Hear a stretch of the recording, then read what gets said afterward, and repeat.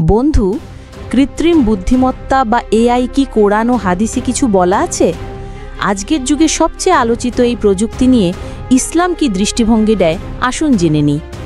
প্রথমেই একটা সত্য, কোরআন বা হাদিসে সরাসরি এআই শব্দ নেই, কারণ এ প্রযুক্তি নতুন। তবে ইসলাম চিরন্তন নীতি দিয়ে গেছে, যা এআই ব্যবহারের ক্ষেত্রে আমাদের পথ দেখায়। আল্লাহ বলেছেন, আমি পৃথিবীতে খলিফা তৈরি করব। সূরা বাকারা 2:30। মানুষকে দায়িত্ব দিয়ে সৃষ্টি করা হয়েছে, তাই প্রযুক্তি ব্যবহারও দায়িত্বপূর্ণ হতে হবে। আবার সূরা আল-আলাকে আল্লাহ বলেন, পড়ো, জ্ঞানের মাধ্যমে মানুষকে শিক্ষা দিলেন।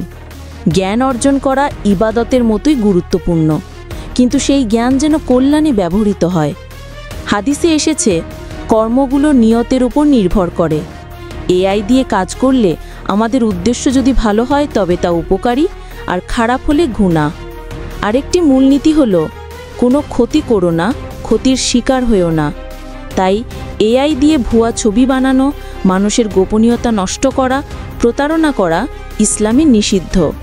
অর্থাৎ ইসলাম এআইকে একেবারে হারাম বলেনি, আবার অন্ধভাবে গ্রহণও করেনি, বরং বলেছে সৎ কাজে ব্যবহার করো, ক্ষতি করো না। বন্ধু, এআই আসলে একটা পরীক্ষা। তুমি কি এটি দিয়ে মানুষের উপকার করবে নাকি ক্ষতি করবে? ইসলাম আমাদের সেই দায়িত্ব মনে করিয়ে দেয়। এই বিষয় নিয়ে তোমার মতামত কি? কমেন্টে জানাও। আর ভিডিওটি ভালো লেগে থাকলে অবশ্যই লাইক শেয়ার করো এবং সাথে থাকো জানো দুনিয়া বিডি চ্যানেলের সাথে।